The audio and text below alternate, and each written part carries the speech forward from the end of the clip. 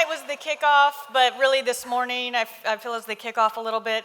I keep calling it Monday. I was like, oh, I'm doing the Monday morning plenary. I'm moderating. I'm like, is there sessions on Monday? I'm like, oh, conference Monday, the conference Monday. So this is the conference Monday. So if you were here last night, you're super hardcore. If you're here this morning, you're super hardcore. I don't know, it's not early for everybody, but it's early for a lot of folks. So welcome. This is the morning plenary on effective communication. And what we do strategically is we put really powerhouse sessions and speakers early to bring you in and get you up and inspire you, and then to kick off the day, and also so that we can do announcements. And then, of course, we close with powerhouses, and then we also have powerhouses throughout the day. And you know what? Even people who you don't think are powerhouses are kind of powerhouses.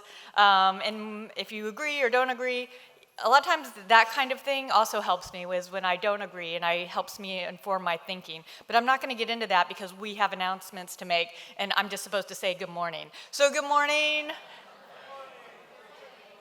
And Jen's going to come up with announcements. We're going to just kick this off quick so we can get this done, and you can get right to the speakers, and we won't run too late. Yay, Jen. Conference organizer, Jen Riley. Hi. Good morning, everybody. Did you all get some sleep last night? Yeah or no? It ran pretty late last night, I know. But hopefully you got up for the morning exercises. I did see some of you in meditation and yoga. So, good. Yeah, I wanted to go over a few things. So, like I said, we've got a big, packed day. Our exhibit's open today. So, right after this plenary is over, there's exhibits on both levels. So, we have them down here, inside the little rooms. Check signage, walk all around. Go upstairs on the main level. We have exhibits up there where our registration is. There are food vendors throughout there. And I do want to let you know that the hotel, so we've worked very hard with the hotel chef to create really, really wonderful vegan meals for us. And he is very excited to offer these to us. Last night he said dinner was a little light, so I didn't know if maybe people didn't realize. In the terrace room, so today there's a Friday lunch, 1 to 2:30. It's $20 inclusive, so that includes tax and tip. Today we're gonna have burgers, sweet potato fries. They have a nice full salad bar. It's really delicious. For dinner, 6 to 7:30, again in terrace, is again $22 inclusive. And we're gonna have a really cool pizza bar with Numu Vegan Cheese, which is a brand new vegan cheese company based in New York, and they're expanding, and it's really delicious. You're gonna have to try it. We also have like pasta with tofurkey sausage. We have gluten-free options. So please, please do definitely stop in there, check that out. We also are really excited to offer banquet tickets. So Saturday night is our big awards banquet. This is our annual awards banquet where we offer the Animal Rights Hall of Fame. We have Grassroots Activist Award, Youth Activist Award. We're going to have a really great program with a vegan comedian, Mike Kaplan. He's so funny. If you don't know him, you should check him out. But he's going to be there on Saturday night to entertain us. And we have a really cool artist who's going to do a live live painting during the auction. So it's going to be a really, really fun night. But the banquet tickets are sold separately, and you do need to buy them in advance. And we're going to be offering them up at the registration table as of 3 p.m. today. You can go up and buy your tickets, and you'll just get your ticket and then show up on Saturday 7 p.m. in this ballroom. So it's going to be a lot of fun. Let's see, I did want to also let everybody know about the parking situation. So if you're staying here in the hotel, they're offering discounted parking just for us. $8 if you're staying in the hotel, and $11 if you're a visitor, but you have to make sure to get your parking pass up at registration, and we have discounted parking passes for you. And if you're staying at the hotel, you can handle your parking as you check out, so they'll have the passes for you there. Anyway, yeah, it's good. Again, there's a lot going on. We have upstairs in the main exhibits area, right past registration, we're going to have a bulletin board where you can post notices to people.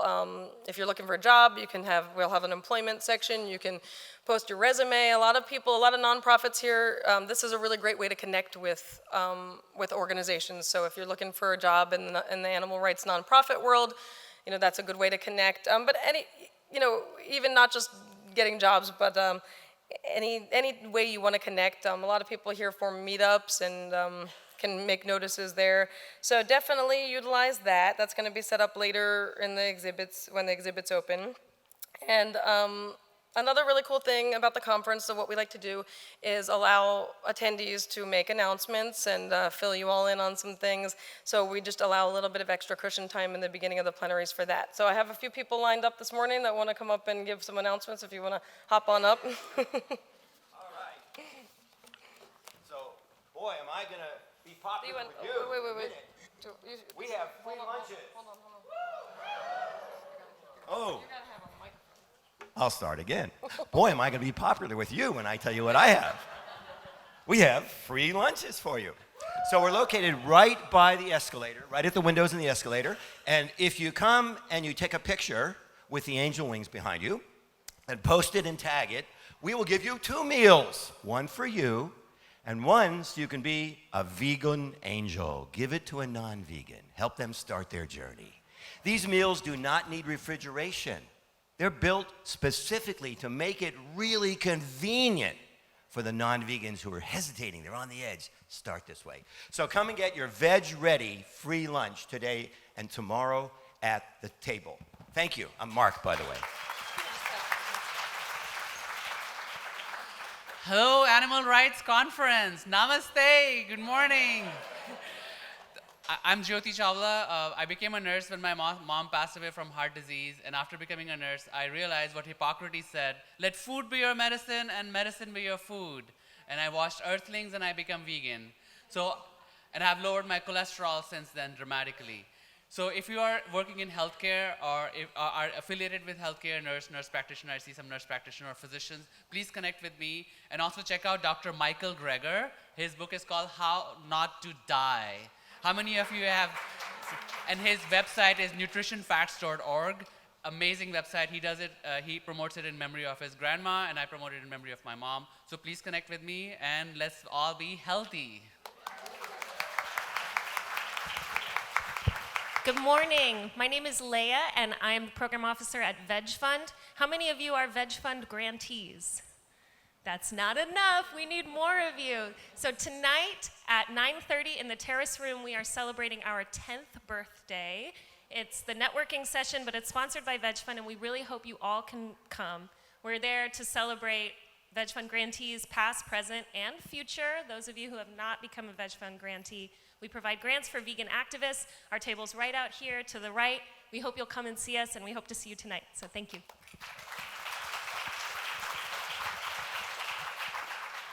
Hi, my name's Jason. Just telling you about vegevents.com. It's the largest vegan event calendar, and you can find over 4,700 events worldwide. And if you have any events that you're organized or know about, you can add them to there. We also have a newsletter that you can sign up. We'll send you an email every week with events near you, wherever you are, and festivals and conferences in the next 60 days. So that's vegevents.com.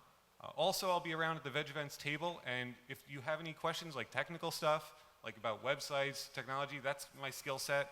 And we want to use our skill set, kind of help everybody. And so if you have questions about how you start a site or blog, or you're just kind of have one already and you want to change things, you don't know what to do, maybe I can help give you some tips and go from there. Vegevents.com.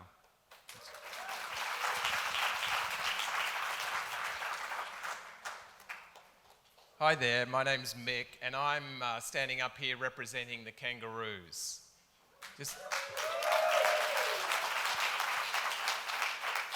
My partner Kate and I have spent the last 5 years producing Kangaroo: A Love-Hate Story, which is a feature documentary that some of you may have seen. It is screening again here tomorrow at 10:45. We do have a booth just outside the plaza here. Please come and talk to us. I just want to reflect on the fact that this is still the largest slaughter of wildlife on the planet.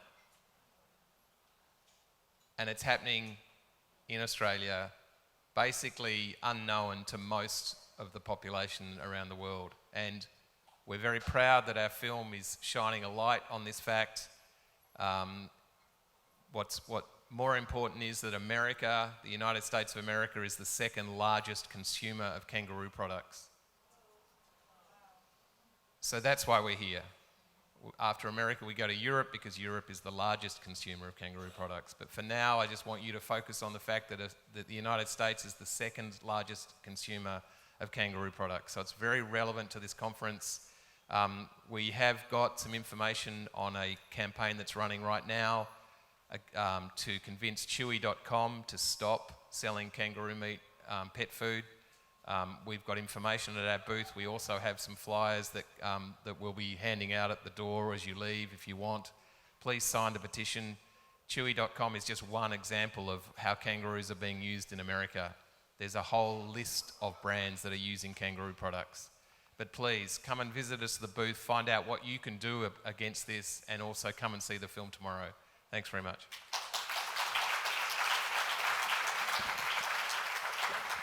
Good morning, Animal Rights Conference. Glad to see everyone today. All the early bright smiles. Howdy, my name's Kwang Chong. I'm visiting from Dallas, Texas. I'm an organizer for the National Animal Rights Day. Has anyone heard of that? National Animal Rights Day? Wonderful, wonderful. I just wanted to offer that I'm at the conference, and for those that have questions about the event, I'm very happy to connect with anyone. I'll be at all the evening receptions, so come find me. And we're especially looking for organizers from around the world. So whether it's here in the US or other countries, we're very interested in that. And what a great way to just bring everyone together. We have a Declaration of Animal Rights. We have lots of different types of events throughout the US and throughout the world. So I look forward to seeing you all and talking to many of you all. Again, my name's Kwang Chong, National Animal Rights Day.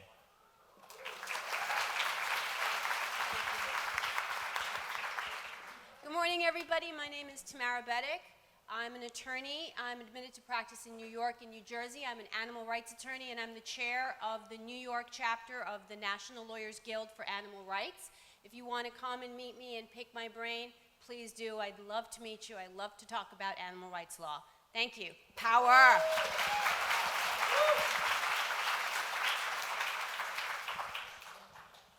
Hi everyone, I'm Mariana. It's first time here. I traveled here from Mexico, and we're having a meet and greet with Mexican activists.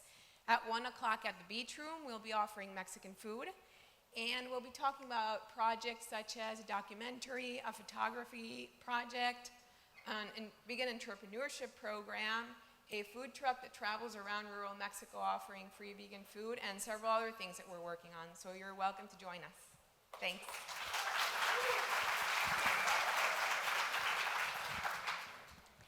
Hi, my name is Nancy. I'm with a group called ROAR, Reaching Out for Animal Rights. And we do many things. One of the things we do is we produce a weekly TV show that has a 500,000 viewing audience. And hopefully some of this here will be up. And so we have a YouTube channel called Reaching Out for Animal Rights. So check us out if you like. That's one. Two, I really want to encourage people at any level of veganism, at any level of animal rights, to leaflet and speak and scream and sing in the streets, on buses, on subways. You might start out like I was, like holding the leaflet like this, and my voice was shaking, but people are waking up really slowly, and it's an amazing seed that I know for myself. I do it in New York City subways. People will come up to me and say, "Are you the woman who?" "Yes. You saved my family's life. We were literally dying." Number three, we're creating a animal rights musical. So if you're interested in any way in just giving feedback or ideas, or you write or do music, it's going to be like Hamilton, sort of some hip hop, but without the ham. Sorry, it's a little ham in there too, but my own ham. So vegan Nan, as in Nancy, 2 N's in the middle, @gmail.com. Thank you so much. Thank you.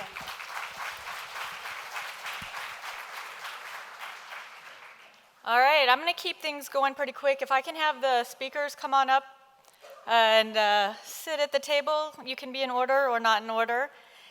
And I'm going to keep this quick because we want to stay on time, but I just want to frame this a little bit. This is the Effective Communication Plenary, and you might see me this weekend. I have a shirt that says "Be kind to every kind," and you might also have that shirt if Facebook tags you the way it tags me, so I actually appreciate being targeted with advertisement. No McDonald's, but lots of t-shirts. And I think, I haven't heard the panel, but I think the general gist of it is going to be effective communication is respectful communication. And a lot of us as animal activists, we try to encourage and plead even for non-vegans to extend their circle of compassion to include animals. But I think as activists, sometimes what we need to do is extend our circle of compassion to include humans. And that's humans we're trying to reach out to and encourage to become vegan and to not hurt animals, as well as extend our circle of compassion to activists who we work with and besides, and also who we don't agree with often. And that this movement is an ecosystem. So while not all the pieces fit together perfectly, they fit together in other places, and at least hopefully it benefits the whole.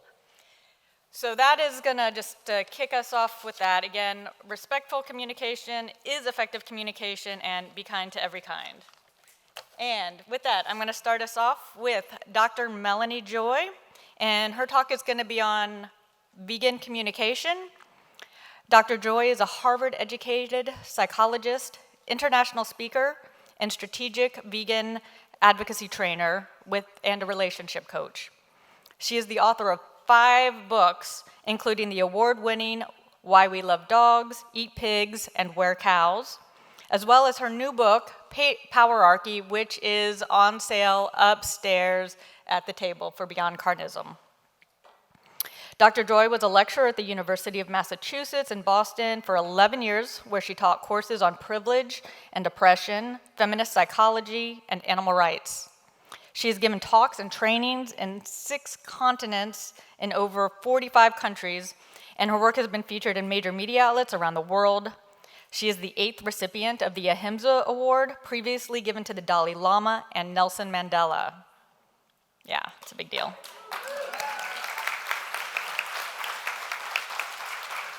This was for her work on global nonviolence. Dr. Joy is also the founding president of the charitable organization Beyond Carnism, also upstairs, and co-director of the Center for Effective Vegan Advocacy and co-founder of ProVeg International. So you will get a lot more about them this weekend also. So Dr. Melanie Joy, come on up.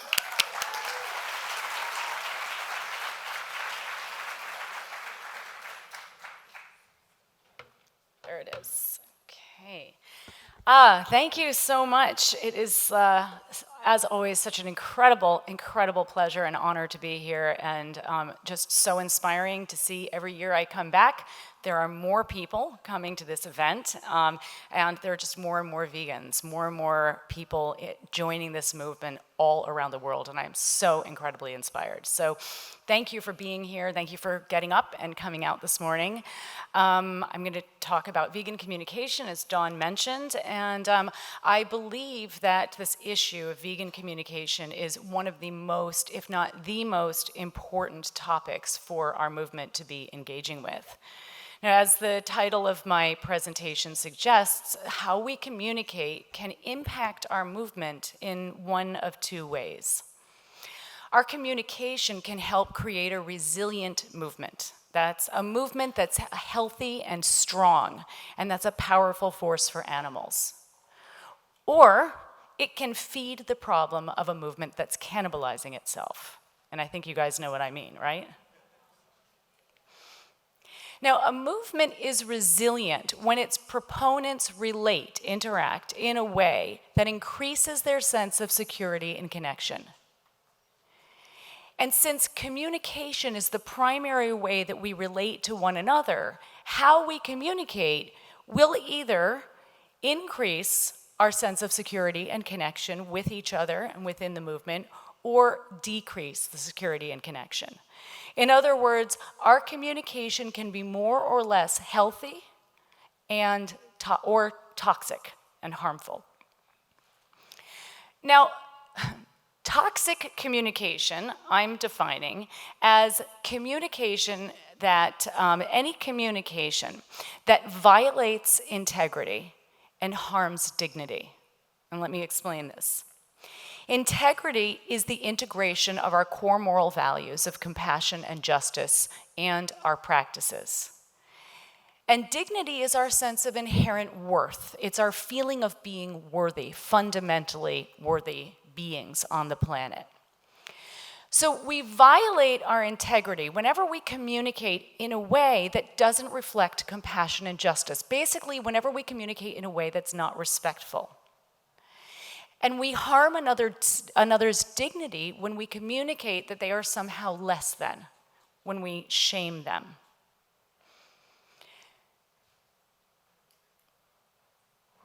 Hold on. There we go. Okay, so here are some examples. Can you guys all see this okay here? No, I really don't want to read this out. Great. Yeah, now I'll be on tape saying this. I was really counting on not having to. So here are some examples of toxic communication. So one commentator, I'm envisioning a clip being taken out and then going on Facebook. Somebody referring to a vegan influencer saying, pathetic narcissists desperately seeking attention, they're doing something millions of others do without the self-absorbed need to broadcast it. A vegan, these are all by vegans, a vegan posting about vegetarians, if they've learned and opened their eyes to the meat, so then why stop there? I think they're idiots. They're, T-H-E-R-E, idiots, and can only assume it's because taste. At least meat eaters aren't hypocrites, and on it goes. You know what I'm talking about, right? So if you look at these examples, take a moment to think about how you feel reading these toxic comments. How do you feel? How does this affect your sense of security with the person making the comments and with the movement as a whole? How does this affect your sense of connection? How many of you here have actually witnessed toxic communication among vegans? Let me just see a show. Oh my God, okay. I mean, I knew it was a lot. How many of you have actually been a direct target of toxic communication?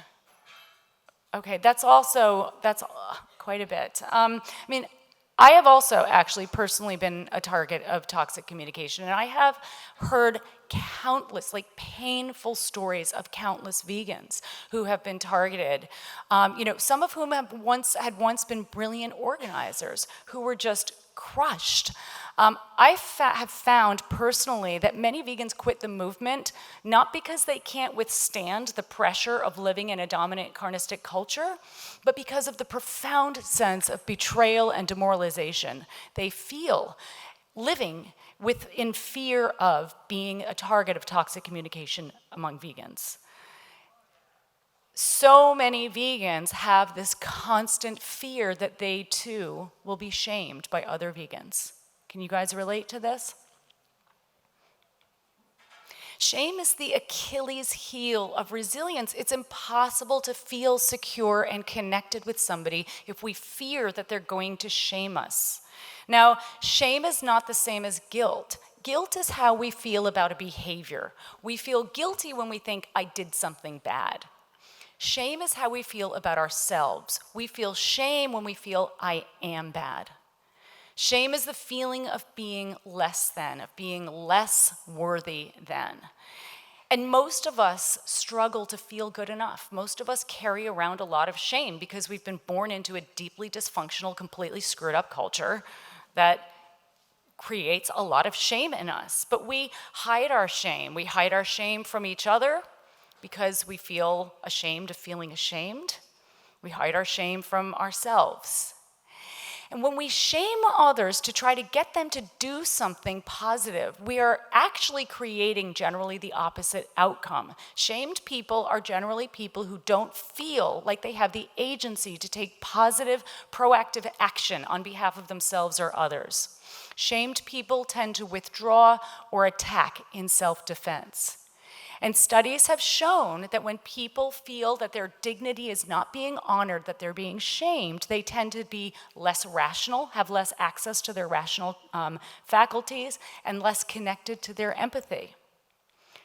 Studies have also shown that shame is contagious. when we feel shame, we're more likely to try to offset our shame by putting somebody else down, by shaming others.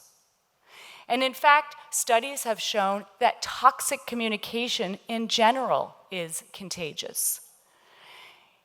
Research has shown that being exposed to just one incident of rude behavior, like reading an insulting email, can cause people to reproduce these negative behaviors throughout the day and beyond.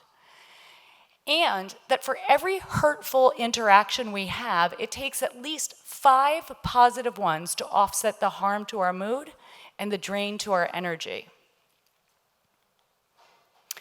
So just imagine the impact of toxic communication now, expressed not just one-to-one, but by someone who's influencing hundreds of thousands or thousands of others on stage or online.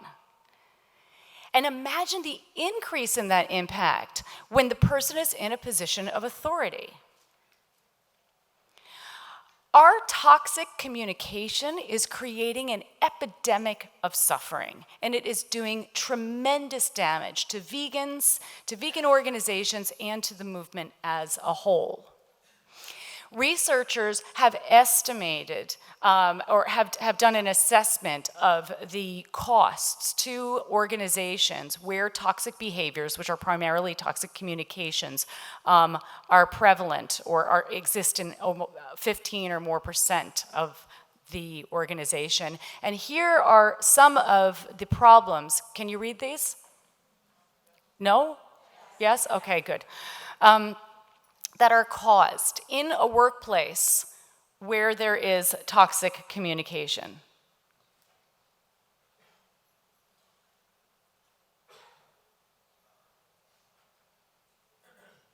And on top of this impact goes beyond the direct victims to affect the indirect victims, which are onlookers and friends and family members who hear about the toxic interactions later in the day or afterwards.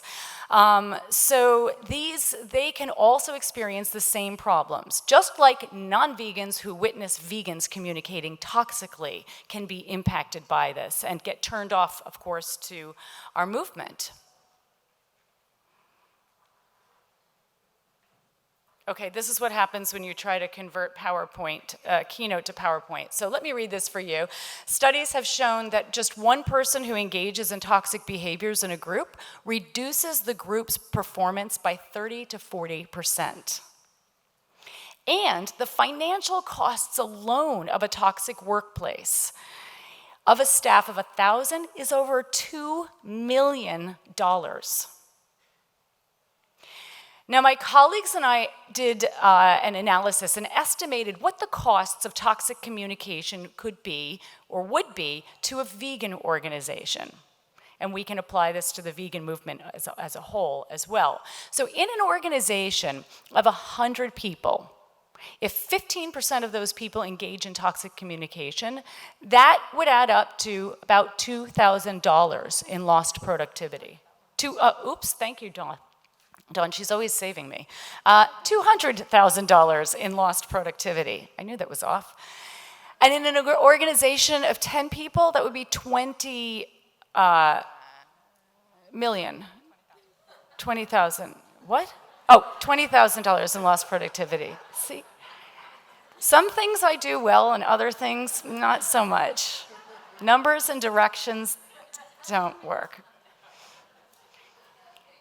I even used the K instead of all the extra zeros because I knew I was going to screw it up. Now, if we look at if we define an efficient vegan advocacy organization as one that where every $1 can spare one animal. What this translates to, these numbers translate to, is 20,000 animals killed, or in the organization of 100 to 200,000 animals killed. And even if our estimates are 80% off, 80% too high, which they're not, I actually think they're too low, that's 20% too many animals for me to be comfortable with, and probably for anybody in this room.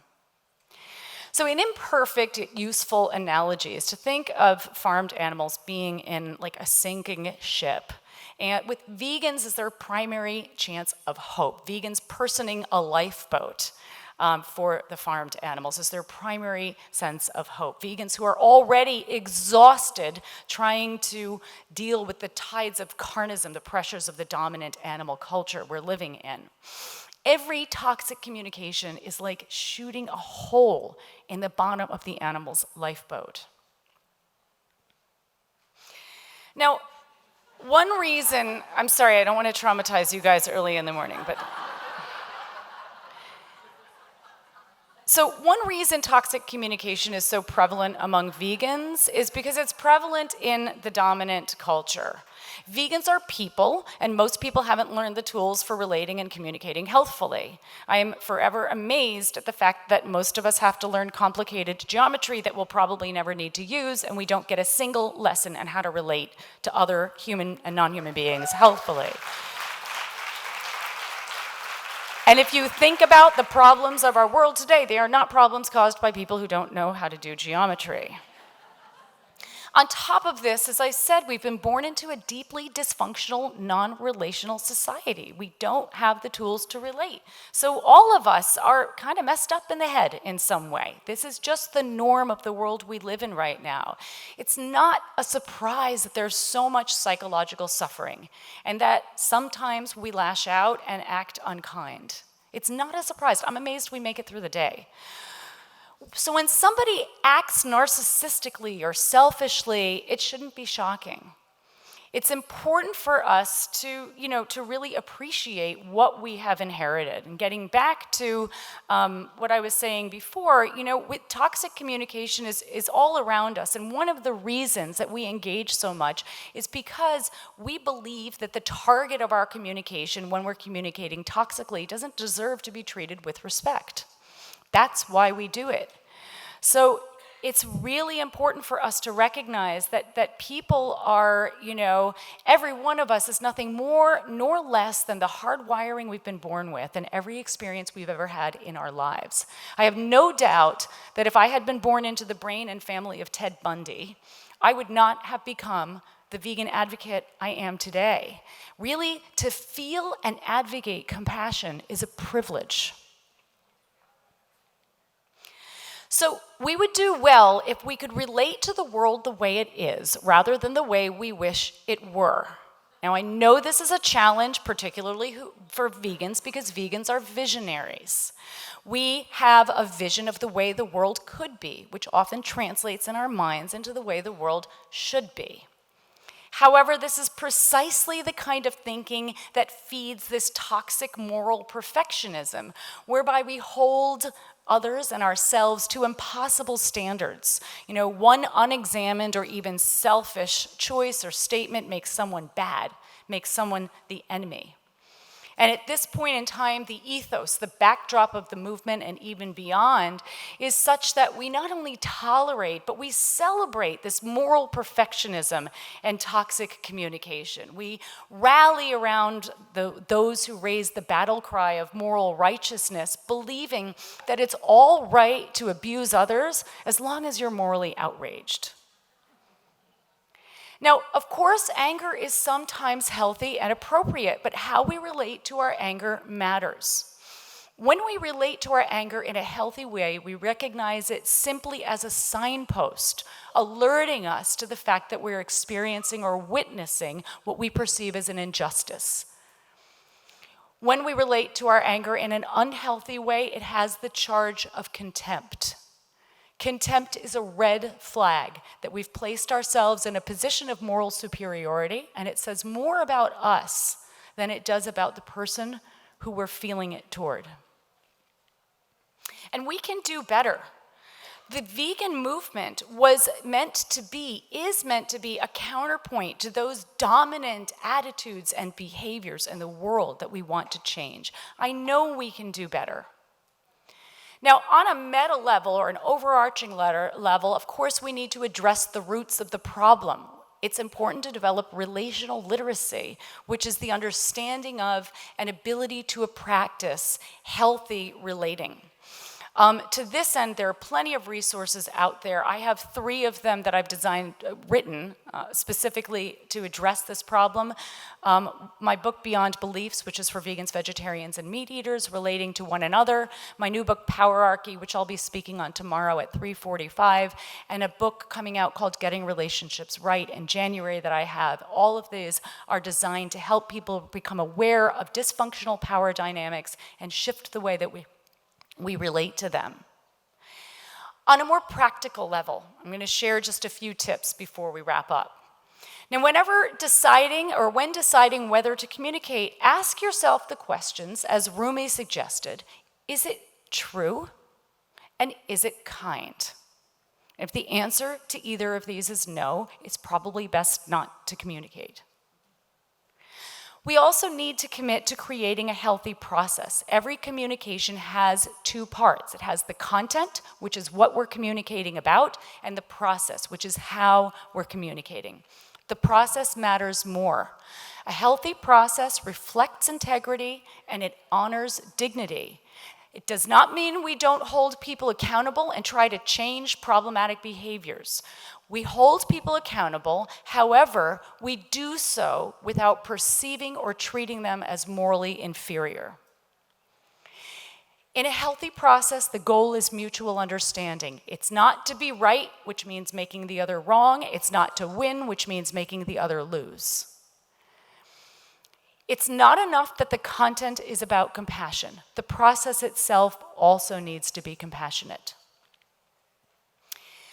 It's also important to protect your and others' boundaries. Hold people who communicate toxically accountable and don't be a bystander and enable them. Delete disrespectful comments, don't forward them. If you run conferences or meetings or an organization, don't give a platform to people who communicate toxically. And avoid the temptation to read toxic commentary. Toxic commentary has an addictive pull to it. And like all addictions, it compels us to do the very thing that ends up harming us. Stay connected to your empathy as long as you feel safe enough to do so. Empathy is the antidote to contempt. It is difficult, if not impossible, to look down on someone if we are looking at the world through their eyes. Can help to pause before communicating and keeping a sticky note next to your computer to remember that there is a being on the other side of it. And of course, these principles apply to how we communicate about organizations, which are made up of people, in this case, vegan people, who care very much about the world and animals just like you do.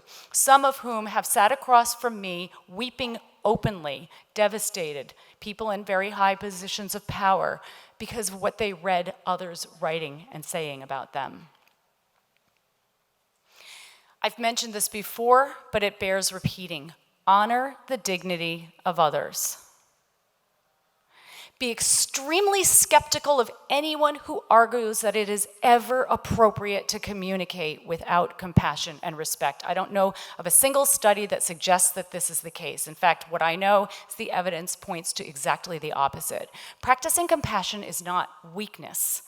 It is strength. It is not passivity. It is true strength. And finally, remember our shared bond. We vegans carry a heavy burden. We have to live with the awareness that every day, every second, horrific suffering is happening. And no matter how hard we work, we will likely never live to see the end of it. And this collective knowing and caring, it's a sacred bond that we share. We need to honor that bond so our movement can be the safe and resilient and inspirational space we need it to be so we can keep doing the work we're doing for liberation. We will never be thanked by those who we're trying to save, so we need to know and show one another that our caring and our efforts matter. At the moment, we are the primary hope that the animals have. So I want to just wrap up with thanking you for helping me to stay inspired, for being my hope, for helping me to feel secure and connected in the moments that I haven't. I find my source of strength and inspiration from the people in this amazing movement, and I want to thank you for doing that, and thank you for continuing to do the amazing work you're doing. Thank you. Thank you.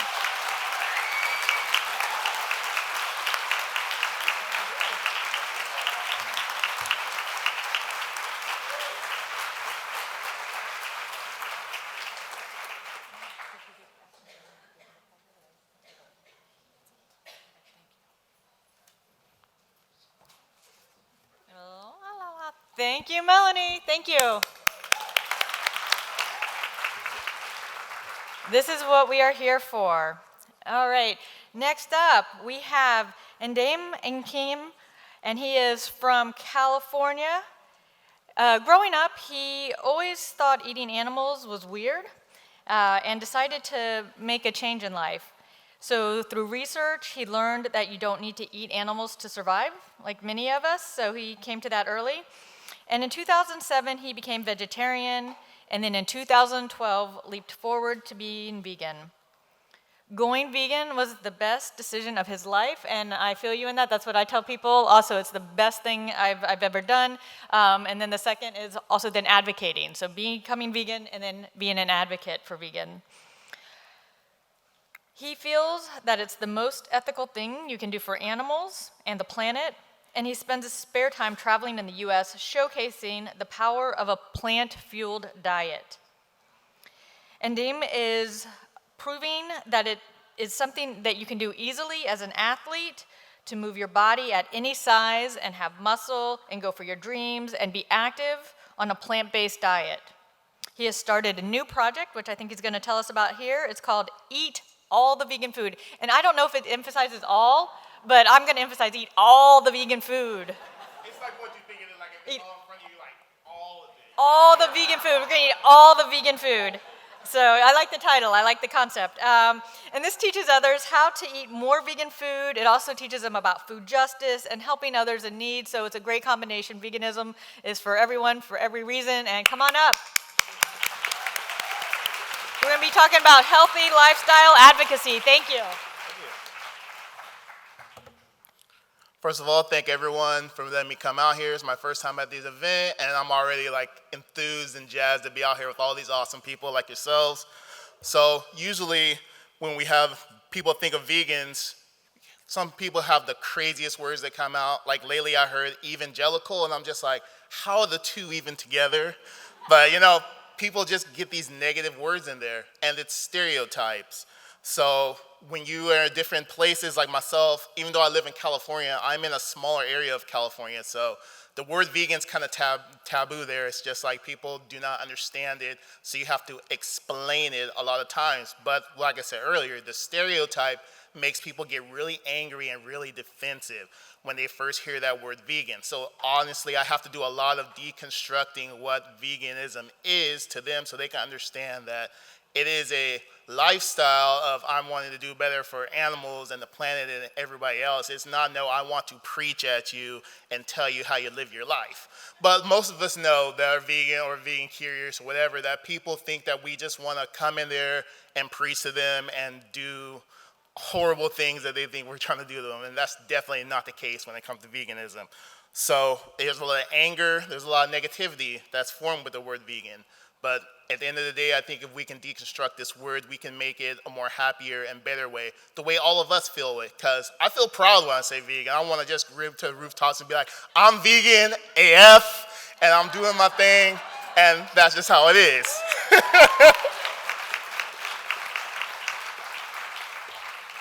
So touch on some of the points, like how Melanie said, shaming. Shaming is never right in the vegan community, and we do it a lot, even to like vegetarians. We go, oh, you're vegetarian. You're just like, you should know better. We like literally look bad upon people that are vegetarian.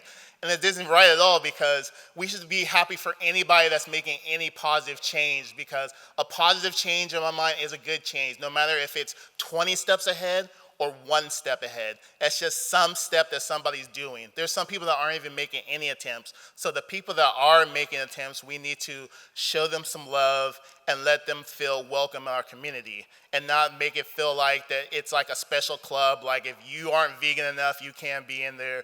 We have all these titles. Some people want to say they're ethical vegans, they're tree climbing vegans, they're, do whatever, there's all these different names to veganism, and we just need to make it onto one umbrella thing of, I'm vegan, this is why I'm vegan, and these are the ways that you can do it if you want to as well.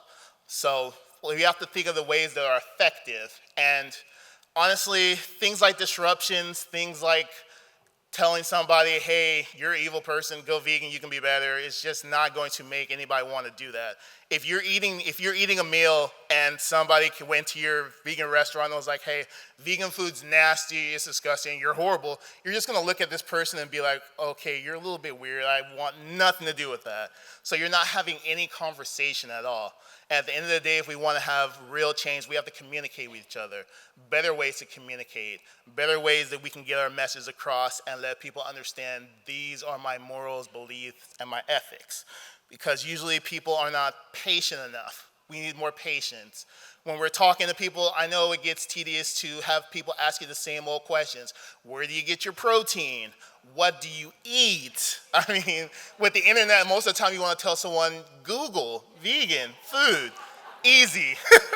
But it just doesn't work like that. A lot of people want to feel connected with the talk, the eye contact, to be told exactly a list of things of what they need to eat and why they need to eat it. So it's very important to take the time, educate them, or worst case scenario, if you're not the person that feels like you have the patience to do it, send them to someone else. I'll gladly talk to them and take the time to do it if you don't want to do it. There's just so many different ways for us to educate and be patient. And the education is in so many different ways to make it more healthier. The documentaries, don't tell someone, oh, you have to watch this documentary and be like, hey, there's this documentary I want you to check out. I want you to watch it with me. And don't feel because somebody isn't connected after that documentary that they're going to automatically change.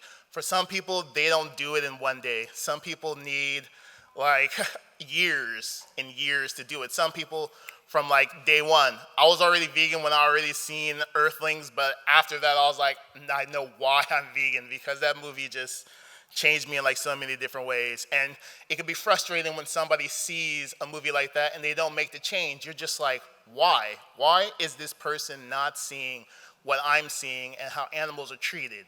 Most people don't know how animals are treated. They're not educated on the things that animals go through. They don't know how slaughterhouses work.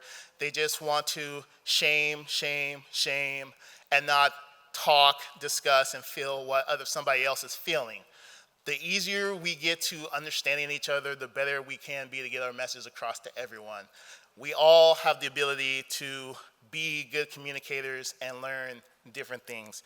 So my hope is, with everything closing out, is that we need to include others, regardless of the language, and in different ways. Like, for instance, our deaf friends, we need to get them involved with them. We need to involve everyone of all shapes, colors. Veganism is for everyone. It's not a one-size-fits-all thing.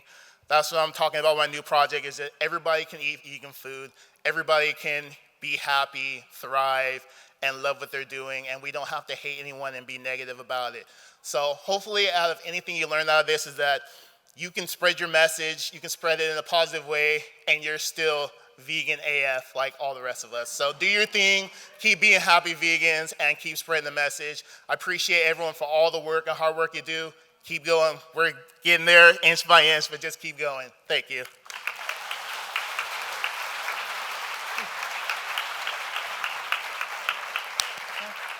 Do you have a website or exhibit table or materials? No materials or anything else, but I do have business cards if you see me, and website, working on that. But Instagram, I eat all the vegan food, so just find me.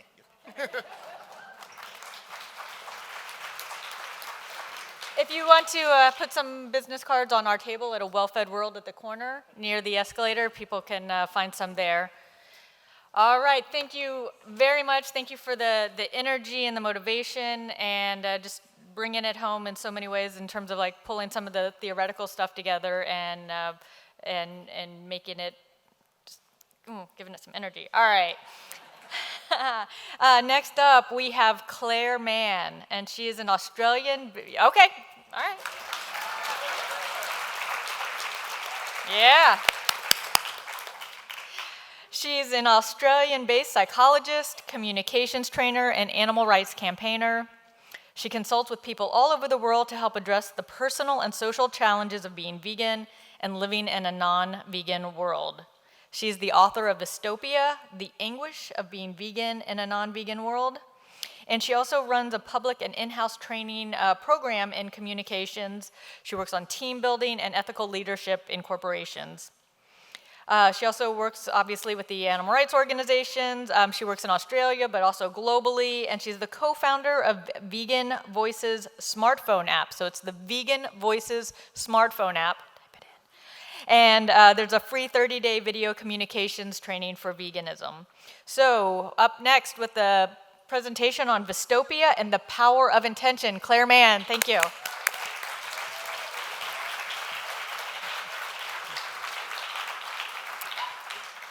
Thank you very much. And I'm just looking as to how I can organize the slideshow. I think there's a machine here somewhere. Oh, here we go. There we go. Thank you very much. Here we go. Lovely. Well, thank you very much. I stood in Los Angeles last year for the first time, and I gave you a lot of information about what was happening in Australia. I told you that Animals Australia was the first animal protection agency in Australia to take the Agricultural Department to court. It was cleared out of court, of course, as they didn't want to expose what they were actually colluding with, which was live exports, which we took them to court over. But since then, a lot has been happening in Australia. I'm going to be sharing a little bit about this today, but I'm also going to be talking about the power of intention. And I love the fact that every talk I go to almost influences what I'm going to say, because did anybody watch the documentary last night, Countdown to Zero? I have to amend my slides because my vision is not soon enough, okay? So let's have a look at the power of intention. Here we go. Now, my goal before I came here was to have a vegan world in my lifetime, but having watched the documentary, I would like a vegan world by 2026.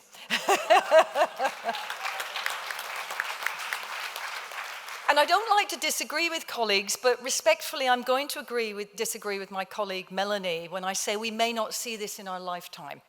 I honestly think if we had to talk to everybody, we'd be feeling pretty depressed.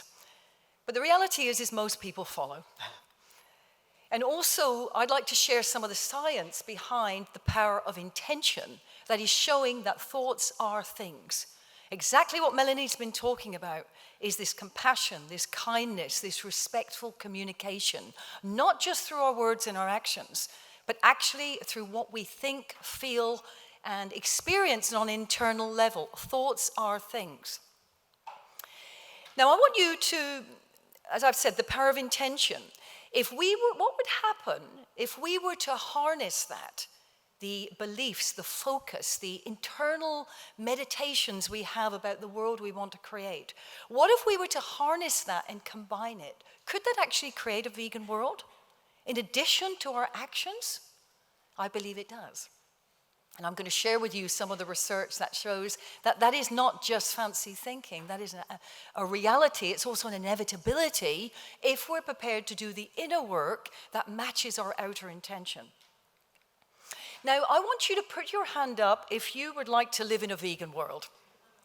Everybody should have their hand up. Now, keep your hands up, please, if you think it's possible, not in our lifetime, by 2026. Okay. Now, keep your hand up for a moment. My question is, what is it that makes the believers so confident? Is it that we are just trying to keep the power of positive thinking and we've been to our personal development courses and we're told that we have to constantly have positive thoughts and we've seen the law of attraction, we've watched The Secret, these sort of things? Or are we fools that actually just, it's a way of coping with our Vystopia? You can put your hands down. I think it's something else, and I want you by the end to feel more inspired by what is happening when people come together and harness those intentions and match it with positive action. Because actually thoughts, as we saw in the Matrix, have the power to change matter. Now, we're talking physical matter as well as society and people's actions. Physical action in plants and in animate objects. I think it was Walt Disney's wife when she was watching this Fantasia. And someone said, and Walt Disney, I believe, was dead by then, and someone said, what a shame that Walt Disney, who had created this, didn't get to see the final film. And his wife smiled and said, he saw that film before he even opened his mouth to tell me about it. He saw that film before he put words to paper. He saw the film before he cut anything. He had the vision in his head, and he made it happen and bring it to the outer world. And that's what we need to create. We need, as we are going to over the next few days, we're already here. We're in a vegan world.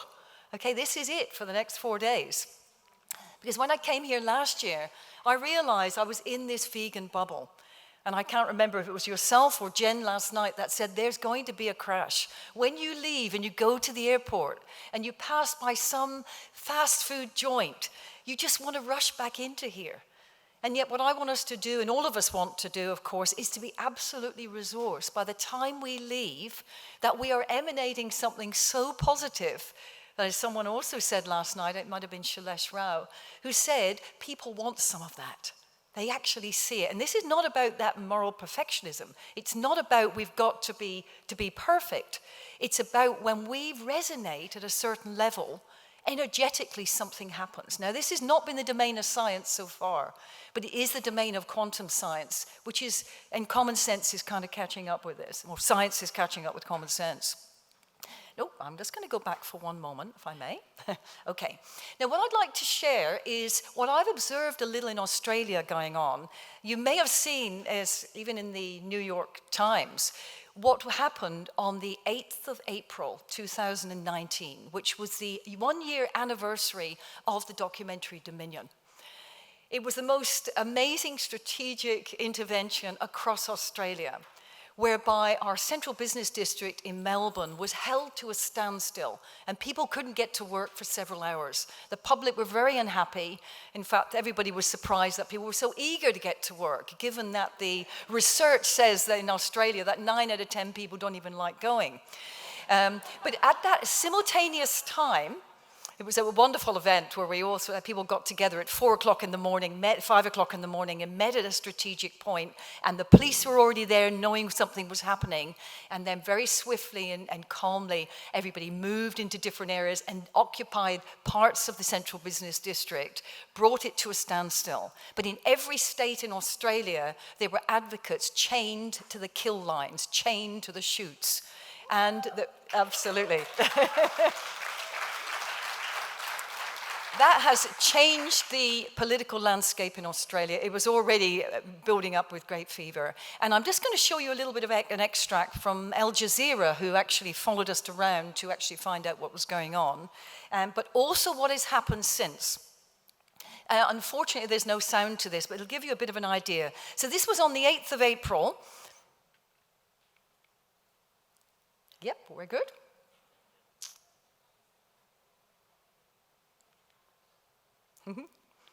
It's the suspense is building here. Am I pressing the right one? Oh, here we go. Excellent. We should be fine now. Oh, here we go. So I'm just going to show you this film. It's on the 8th of April, early in the morning. People came together, and what we're going to now see is the police intervening and forcing those activists to move out of there. And we're also going to get some clips, which is also from the different places in Australia. It's only about 15, 20 seconds, okay? Sorry, I think this is what happens when we go backwards a little. But I'll keep talking while our wonderful friends are helping out here, is what that actually resulted in is it was all over the press, all over the world press. And how many of you saw something that was going on in Australia? A fair few of you, okay? But it also resulted, we've had a federal election this year, and it resulted in the Prime Minister, who was then the Treasury Minister coming forward. He said the first thing he would do on becoming Prime Minister would be to have the highest arrest charges given to animal activists. He actually said that in his election manifesto. He was talking about the vegan activists, which he called green-collared criminals. Okay? Now, we can actually say this is a bad thing. We can actually look at some of the press cuttings I'll show you in a moment.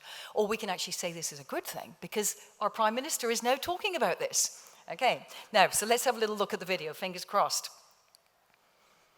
Okay, it hasn't got any sound here, but what was happening, this is the central business district here.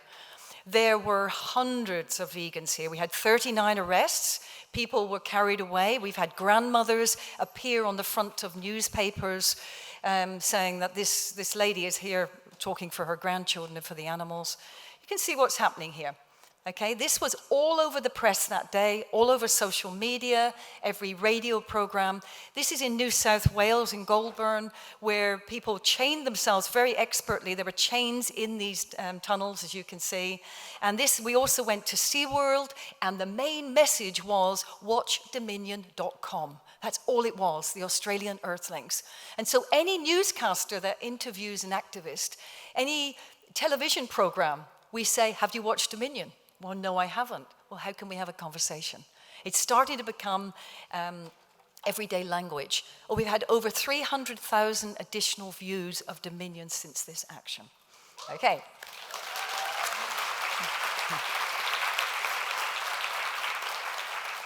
Okay. Now, this is some of the press that came out about this, and I'm sharing this with you because it's about the power of intention. What do we do when we start to get frightened that there's so much pushback? Okay, our Prime Minister said the vegan protesters are un-Australian. He's now using the word vegan, which is wonderful, okay? Farmers are having a hard enough time without protesters disrupting their livelihoods. We've had a gutful of this, they're saying. Okay, mushy-headed vegans. The Western Australian introduced restraining orders to curb animal activism. And in fact, somebody sent me something today about the highest penalties, not in WA, although they're pushing for this. In New South Wales alone, it's coming out on the 1st of August that there'll be $1,000 fines for activists on the spot, $220,000 for individuals who trespass, and $440,000 charges to animal organizations. Okay? Now, to an activist, of course, people almost say, show me where the cuffs are, because actually, we know this is not going to change things. Oh, tried to move on. Here we go. Lovely. And then we've got another one over there. This is a sort of thing that's happening. We're seeing this every week.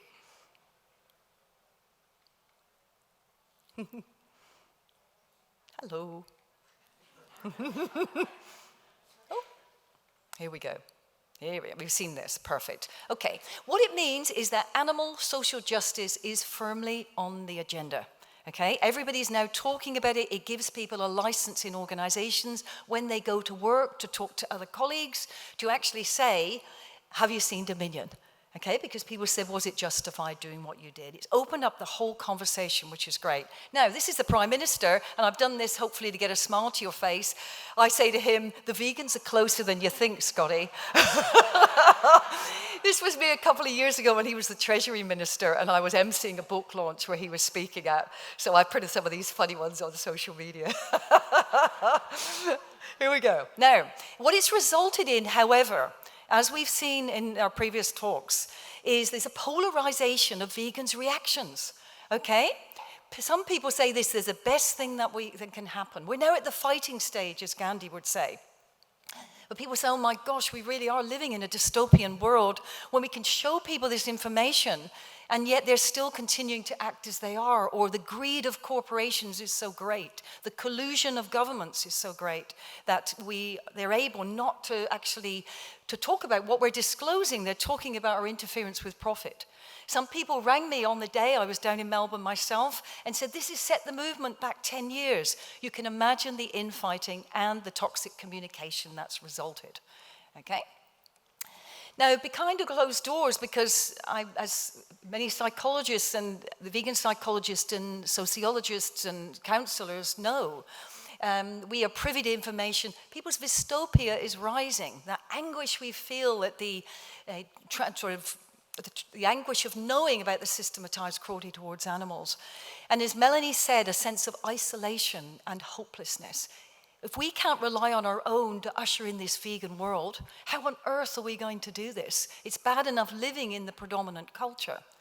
And of course, as was just been pointed out online, the digital problem solving. the deplatforming of people, the shaming, the immediately removing people from your lists. If anybody wants to watch the documentary Plugged In, please do. It talks about the behavioral modification strategies that have deliberately been set up by the Googles, the Facebooks, I'm sorry, to actually increase the shaming effect and increase the sense of lack of worth. Please watch that. It's not the fact that young people particularly are watching a lot of the internet and social media. It is because that was set up deliberately to actually divide people, to cause anxiety, and of course for parents as well. This is very important to understand. But this is what's happening, and this is the increase that I'm being told from around the world. So how, therefore, do we maintain our focus on animal liberation? How do we transmute that anguish into positive action for change? Now, in order to do that, I'm going to share 3 studies here to show the power of intention. Okay, not only does our action have to change, but our thoughts, our intentions, our beliefs towards others affects physical matter. Now, if anybody knows about the work of Dr. Bruce Lipton, he, of course, mirrored something that I've experienced in my working with clients, is that when people come to see a therapist or a psychologist or a doctor, there are changes in their physical and psychological health by the time they come to see you, because they had the intention to do it. Now, Bruce was involved in the stem cell research, and he found that what people believed and what they were told about their health and their healing was going to contribute to what happened. Please read his book as if you haven't done it, because he has cases where people are told they have 3 months to live because they're dying from a terminal illness, and they die in 3 months. Only later to find out that the very illness they were told they had, they didn't have. Or people that were told they had only 6 months to live. Sorry, they have much longer than 6 months to live, find that actually they should have died within the week in terms of what the illness in their body was saying. Beliefs are powerful things. Please read that. If you're a meditator, and I encourage everyone to do that, there were studies that were done in transcendental meditation that became known as the Maharishi effect. Maharishi effect, that's right. It's when large numbers of people, about 1% of a particular group, were 1% of the total population, say in an area of a city, were focusing on peace in a certain area. There were significant results in the reduction of violent crime, in theft, in natural disasters, purely by people coming together with the intention of meditating for peace in that area. Okay? This effect has been taken further to study something I would love you to look at, which has huge significance for us as animal activists, which is called the Peaceful Cities Project, where large numbers of people come together and they are trained to meditate, to slow down their brain waves from the active beta stage to alpha to theta, when our hearts and minds, our physiology can change in relation to our assumptions and what we're trying to move towards.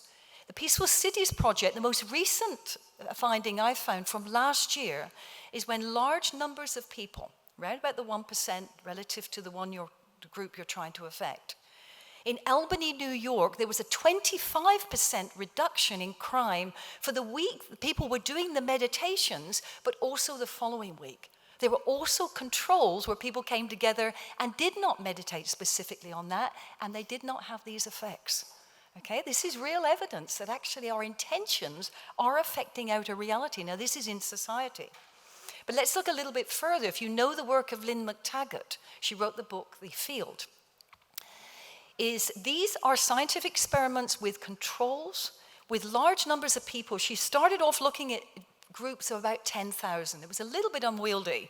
And so she found, as she was doing the research over several years, of people with an intention to have an outcome. Say they were working in large groups for the healing of a particular state of the physical environment or reduction in crime or something. When she was actually moderated that to see what the effects would be. What numbers do we need to have such an effect? And she came really to the power of 8. When people come together, now look at what's happening here. Controlled experiments again. changing the basic physical property of leaves. When people come together and have the intention to do it, the metrics are showing that they physiologically change. This almost sounds magic and miracles, doesn't it? Okay, making plants grow twice as high as normal in the time that people have the intention.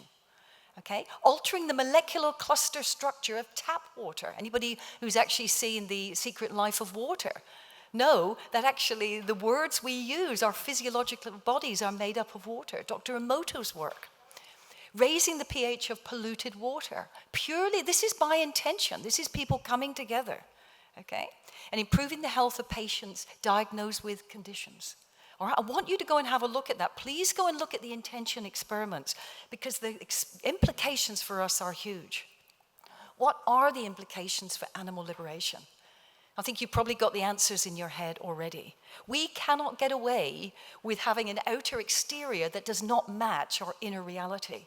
We have to have compassion for those who have no compassion, because that is, together with our actions, is going to bring about the change we want.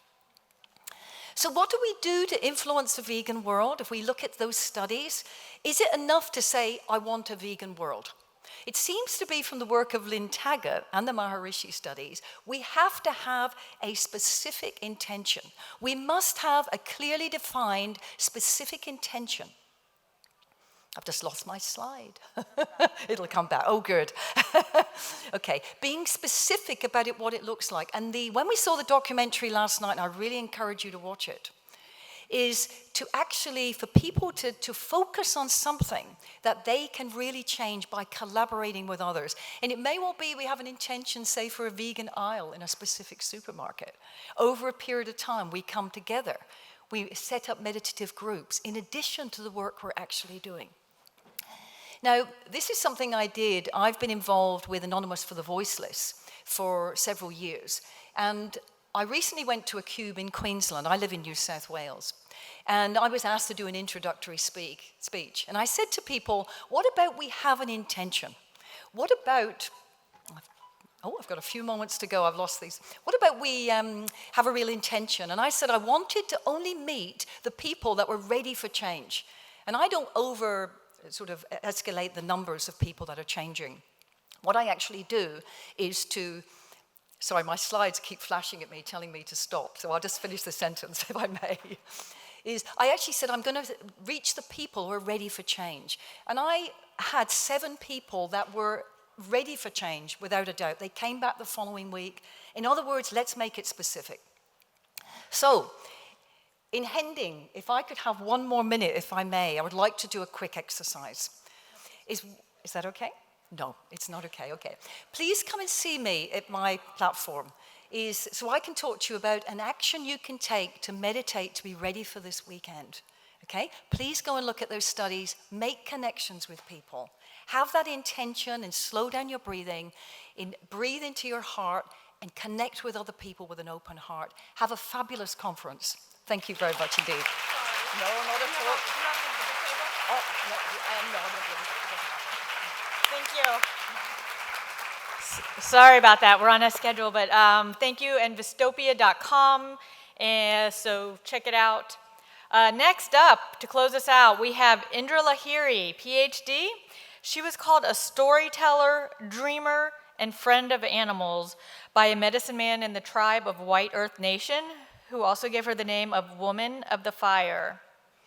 She has rescued thousands of animals from dire circumstances around the world, and she tells their stories. So she communicates with people through stories and writing and speaking, and she lives amongst them between her travels. And so she tells the stories of the lives, and she's going to tell us a little bit more here. But in the course of the decades of learning from the animals, Indra founded Indra Animal Sanctuary, and there are exhibits right out there. It's beautiful. She founded in 2005, and since 2014, she has volunteered her time as a consultant, helping other sanctuaries to succeed. In addition, she has taught, mentored, coached, and keynote addressed tens of thousands of people on a range of topics that are always at their core about ethical leadership and compassion for all. And so I'm going to call up Indra Lahiri. Please come up. Oh, there you are.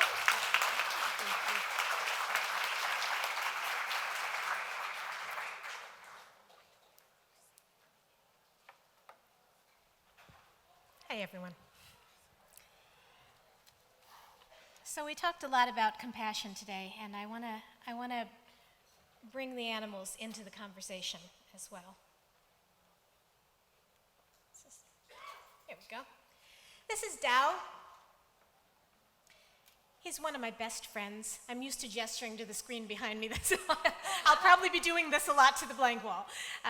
He's one of my best friends, and I would like to bring his voice into the conversation. I'm not sure how to do that. Is there a way to press the play button on the little recording at the bottom here?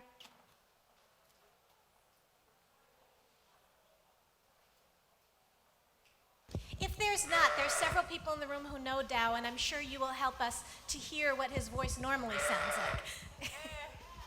Here he is.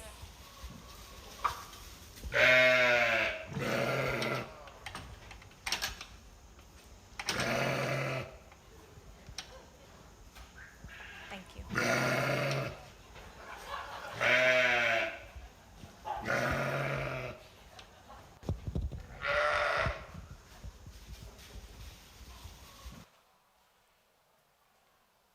They have voices. They all have voices.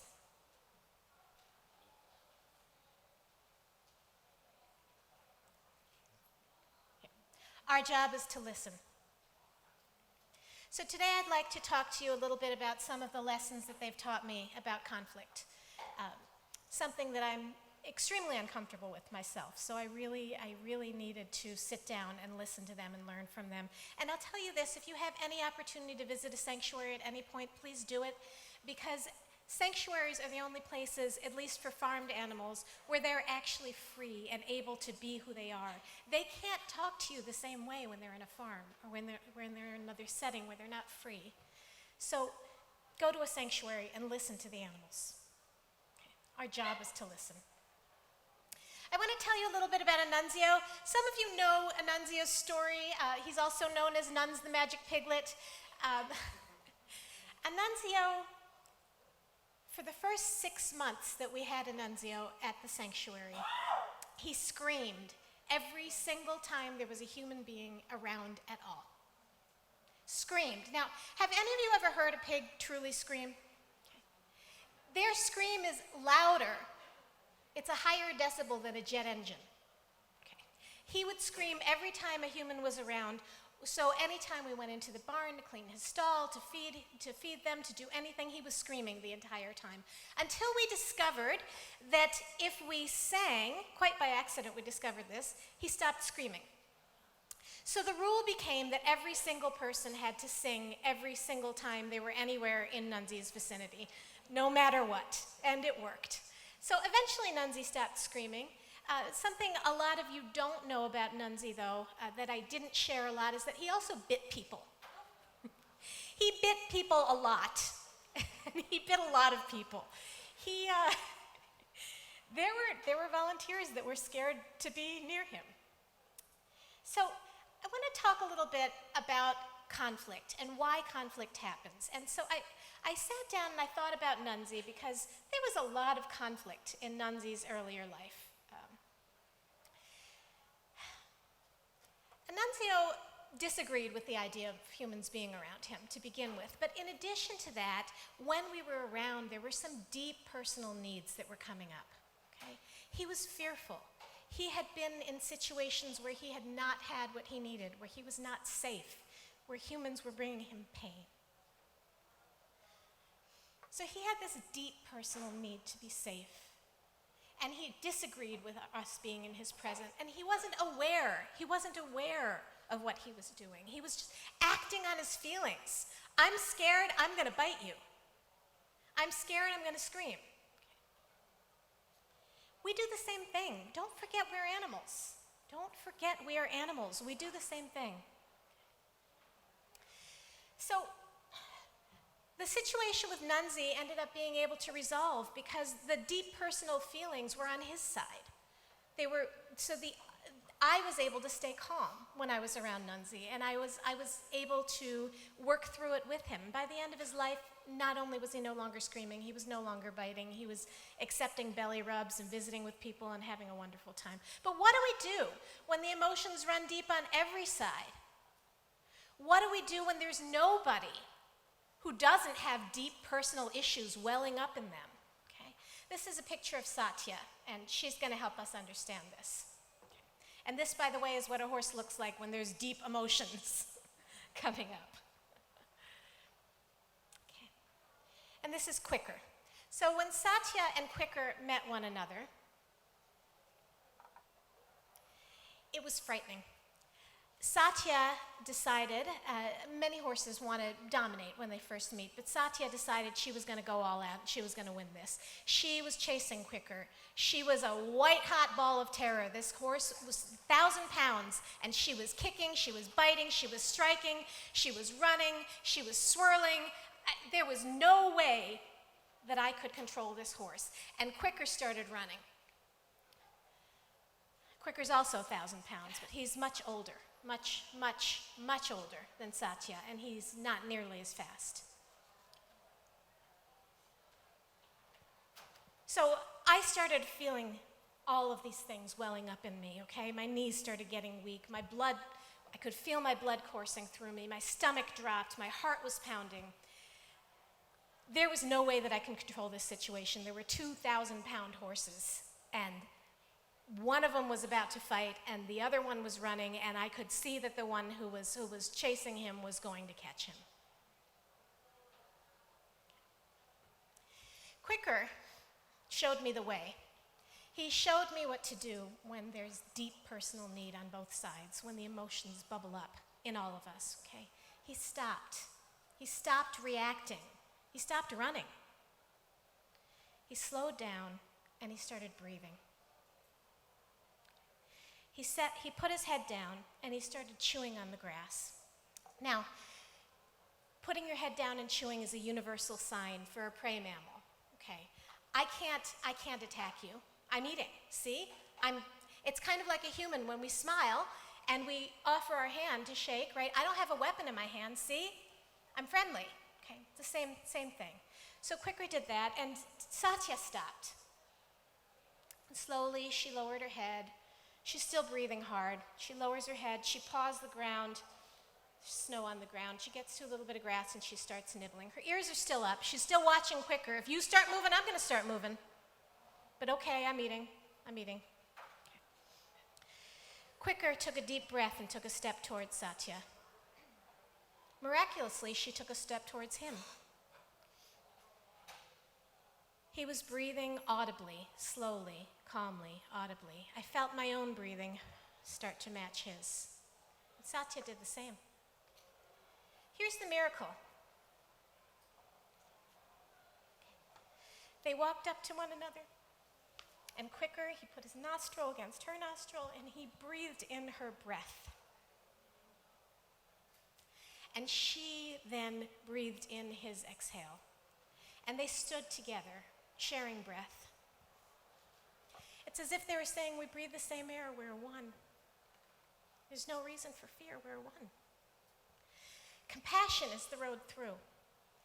That's what Quicker showed me that day. He didn't react in fear. He didn't react with all of his emotions coming up. He stopped and he thought and he responded. And he said, she's afraid. That's why she's attacking me. Let me show her there's nothing to fear here. Compassion is the road through. I want to share with you a quote from a really fantastic Zen Buddhist teacher. Her name is Karen Mazen Miller. She says, compassion isn't a fable.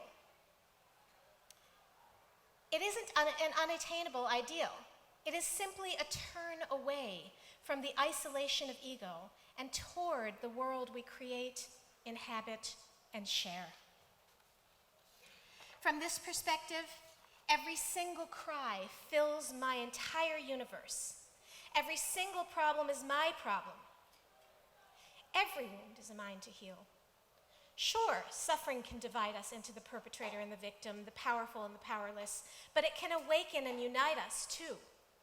In fact, it must.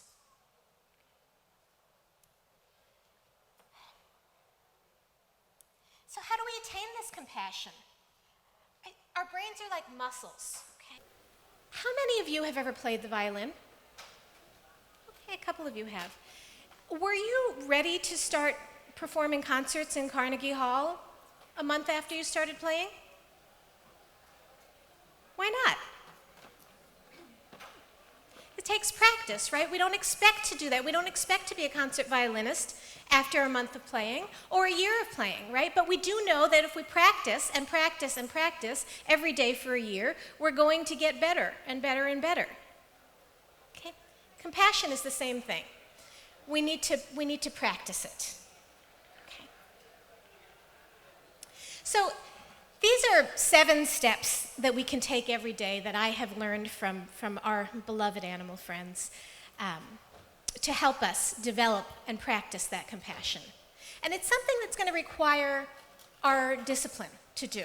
Okay? So the first thing is the morning ritual, and we're going to go through each one of these. Okay? The second is see me like an animal.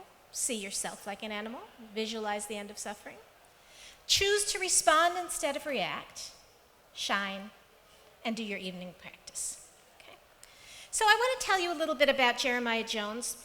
Did you see that red on his nose? That is blood spurting out of his nose with every breath that he took. Okay. When we first rescued him, he was in very bad shape. He had been through some terrible, terrible things. Did you notice something in his eye? That's within a day or 2 of being rescued. He has gratitude in his eyes. He had no reason to be grateful. He was grateful for every single small thing that he could see. He still does this today. He's a very grateful pig. So Jeremiah teaches us to focus on gratitude. Focus on gratitude no matter what. Get yourself a journal, okay? Make it beautiful. Find a journal that you love or decorate it with things that you love. Get it in a color that you love. Put dried flowers or leaves or things that make you happy on the journal. Do whatever you need to do. Get yourself a pen that's in a beautiful color or something that you enjoy. And before getting out of bed every single day, list 5 things that you're grateful for. In the beginning, this can be hard. Sometimes we can't think of the things we're grateful for. We're so busy thinking about all of the problems and the things we have to do, and we're too rushed and we can't take time for this. Well, get up 5 minutes earlier and take time for this, because what happens is you start with, well, I'm grateful that I have a journal. I'm grateful that I know how to write. I'm grateful that I have access to clean water, whatever it is. But you'll notice that when you get in the habit of doing this, just like Jeremiah, throughout the day, you're going to see more and more things to be grateful for. You're exercising that muscle, okay? You're exercising that muscle in your mind that's looking at what's good, that's looking at what's working, and that's going to help us with our compassion. This is Penny, and Penny teaches us the second of the practices of the day. So once you have actually written in your gratitude journal and you're getting up and you're going through your day, whatever it is that you would normally do, you might be commuting to work, you might be caring for animals, you might be checking your emails, okay, whatever it is. What Penny would do first thing in the morning is she would find someone who needed her. She would find someone who needed her, and she would go and be there for them, okay? And just give them some comfort and some compassion. It could be another cow, it could be a human, it could be a goose, it could be anybody at all. But Penny would look for someone every day. Okay. So Penny was seeing everybody as the animals that we are. Okay. And so I noticed that it's easy for us, for example, for myself, it's easy for me to have compassion if I see a dog on a chain somewhere. Okay. Or I'm driving by a farm where there are cows. But it's harder to have compassion for the person who cuts you off in traffic, or for the woman who yells at you in the grocery store. Okay. So what Penny teaches us is to start thinking about those people as animals too. Okay? Visualize how they might be suffering. The same way that you inherently understand why that dog on a chain might be suffering. Every human is suffering. All of us are suffering. Okay? Visualize what that might be. what is this person's pain? Where does it come from? And when have I felt something like that? This is Sherman. Sherman's going to teach us the next piece. And Sherman used to attack every single bird that he ever was around ever. He was great with humans, eat out of your hands, cuddle up, everything else. He would attack every single bird.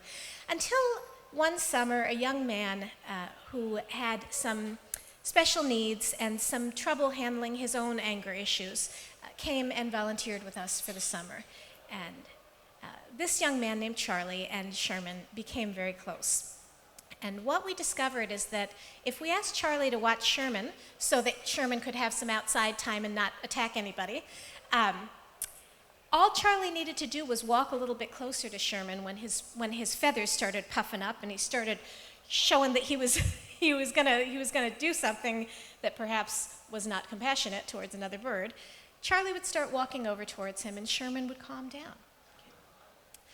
What we also noticed, what Charlie's aide actually noticed, who was with him, was that when Charlie was starting to get frustrated, when Sherman would approach and come closer to him, Charlie would calm down. So they were acting as witness for each other, and even just by the very thing of having someone bring it to their attention, okay, though these emotions are coming up, I'm about to lose control, okay?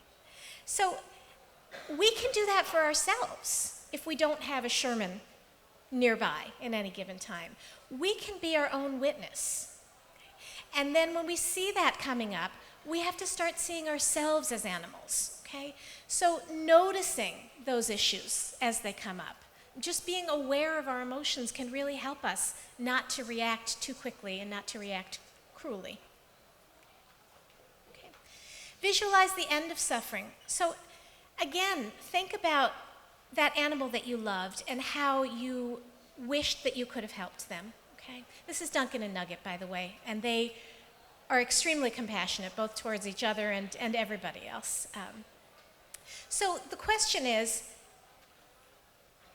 how would I have liked to help that animal that I saw, that I had compassion for? And can I do something similar for this human animal? Start to visualize yourself helping them. You can't always, right? So maybe the person that cut you off in traffic and they're already gone. But visualize how you could have helped them with their suffering. Okay. This is Bo, and he's going to teach us a very important lesson, which is that kindness ripples. Okay. And so does cruelty. Which one are you going to choose?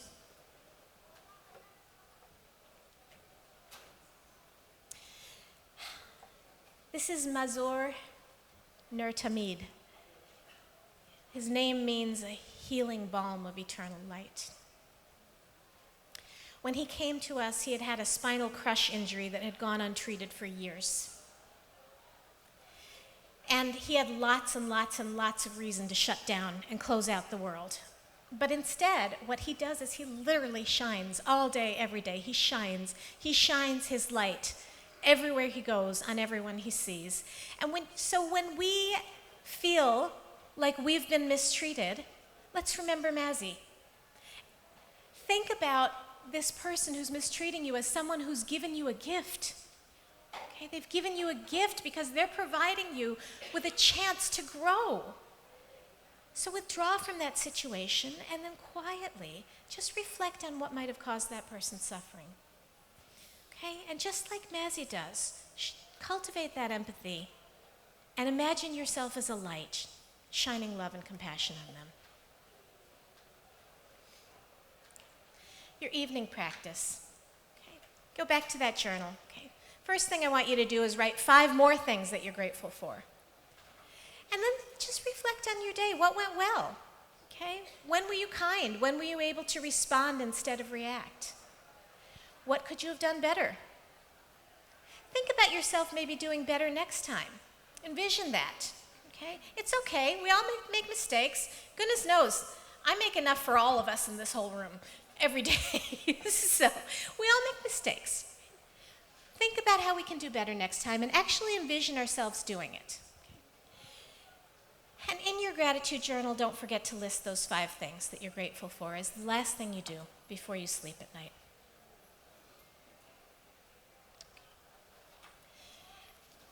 I'd like to share another quote with you.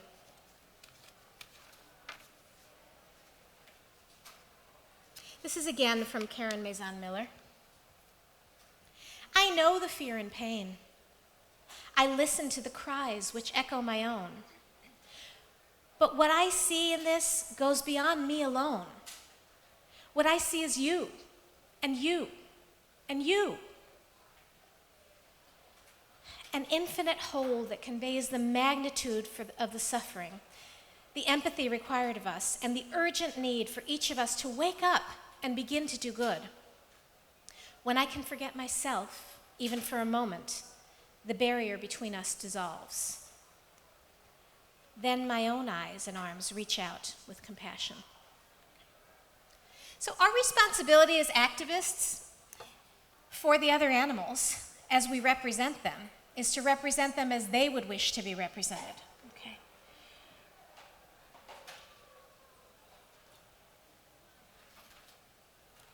Our hearts and our hands as we rush to save them must do our best and strongest work.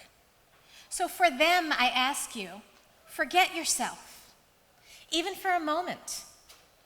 Remember this infinite world of suffering. It requires one thing and one thing alone: compassion for all. Unless we have compassion for all life, we have compassion for none. So with your heart and eyes and hands open, I'm asking you to reach out in compassion. This is the only way that we can heal this broken world. Thank you.